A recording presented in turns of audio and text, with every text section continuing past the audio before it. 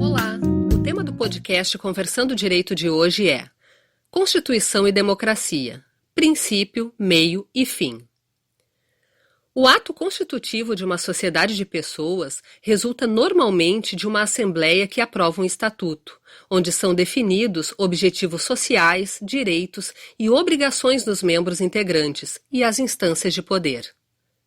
Nele, há um conjunto de normas que servem para balizar as relações internas e externas, atribuindo responsabilidades e outras regras básicas de convivência e manutenção da sustentabilidade deste pacto. Em uma nação como a nossa, a Constituição é este estatuto soberano, no qual o Estado é o ente representativo dos poderes que emanam da vontade de todos. Estes poderes subdividem-se em diversas instâncias e estruturas, com diferentes papéis complementares, integrados, harmônicos e interdependentes. Um destes poderes delegados que mais impacta a vida das pessoas é o chamado poder de polícia, que se traduz na força monopolista do Estado frente aos indivíduos e seus naturais conflitos de interesses. É com base neste poder que a jurisdição deve nos submeter a todos, razão pela qual precisa ser exercida com o máximo de isenção, imparcialidade, impessoalidade, probidade e eficiência. Mas não podemos esquecer que magistrados, porquanto seres humanos, têm a mesma origem dos políticos, dos empresários e dos cidadãos em geral. Como membros integrantes da sociedade, eles têm os mesmos valores e aspirações, e possivelmente os mesmos desvios dos demais, sendo, portanto, tão falíveis ou corruptíveis quanto qualquer outro. Além disso, há a tendência natural das pessoas de criarem vínculos de cumplicidade com aqueles com quem compartilham interesses e temores. E é especialmente no parlamento que esta representação da sociedade se materializa de forma mais clara. Assim, vemos nossos mandatários sendo cooptados por um sistema que centrifuga peculiaridades e que, em boa medida, homogeneiza comportamentos.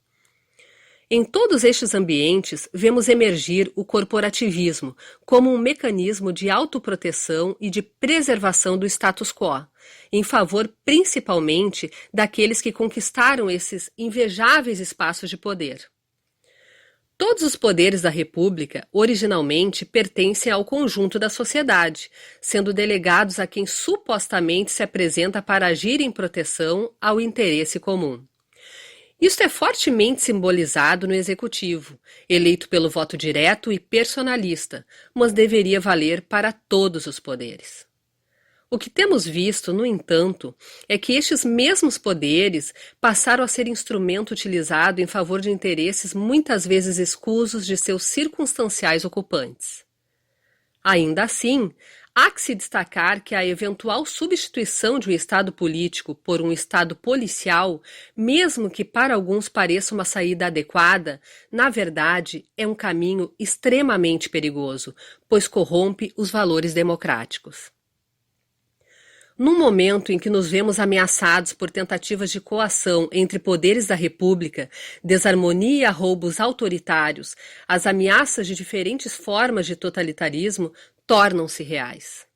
E já vimos este filme antes, especialmente quando, sob o pretexto de proteger a liberdade, fomos no passado levados a ditaduras, com a perda da mesma liberdade que supostamente pretendia-se proteger. É mais que sintomático que nos últimos anos vivenciamos graves crises institucionais decorrentes da ingovernabilidade gestada no parlamento e da criminalização da política pelo judiciário. Soma-se a isso uma imprensa desacreditada por grande parte da sociedade e o empoderamento de propagadores de fake news.